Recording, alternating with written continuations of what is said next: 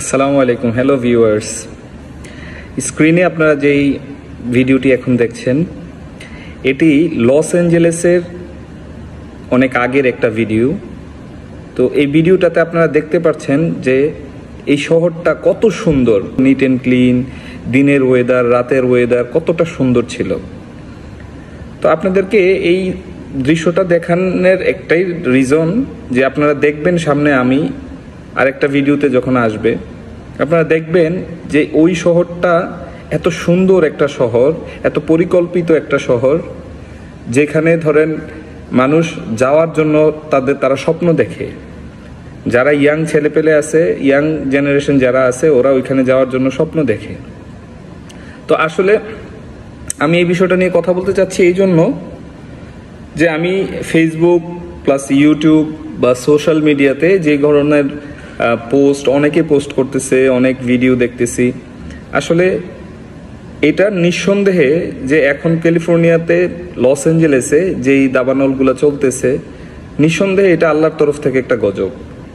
তো আমি মনে করি আমাদের ভয় পাওয়া উচিত, এটা দেখে আমাদের আরও শিক্ষা নেওয়া উচিত। আপনারা সকলেই হয়তো জানেন, আবার অনেকে হয়তো নাও জানতে পারেন, লস অ্যাঞ্জেলেস শহরটা হচ্ছে এমন পর্যায়ে চলে গিয়েছিল, বিভিন্ন ধরনের পর্নোগ্রাফির ইন্ডাস্ট্রি, শুটিং, তারপরে হলিউডের অনেক বড় বড় সেলিব্রিটি যারা খুব নগ্ন ছবি করে, তাদের বাড়ি, ইভেন অনেক থিয়েটার, অনেক খারাপ কাজ চলতো ওইখানে আসলে মাত্রাটা এত বেশি ছাড়িয়ে গেছিল যেটা আসলে আমি তুলনা করি ওই যে রোম শহরের মতো।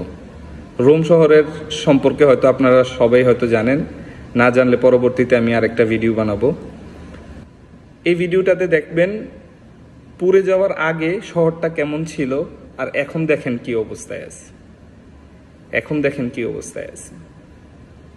তো আমি সকলকে অনুরোধ করব, ফেসবুকে অনেক ধরনের পোস্ট করতেছি, আসলে এইগুলা না করে আমরা আসলে আমাদের নিজেদের দিকে তাকানো দরকার, যে আমরা আমাদের সমাজকে, আমরা আমাদের পরিবার পরিজন সবার সাথে কেমন আছি, আর আমরা নিজেরা কিভাবে চলাফেরা করতেছি।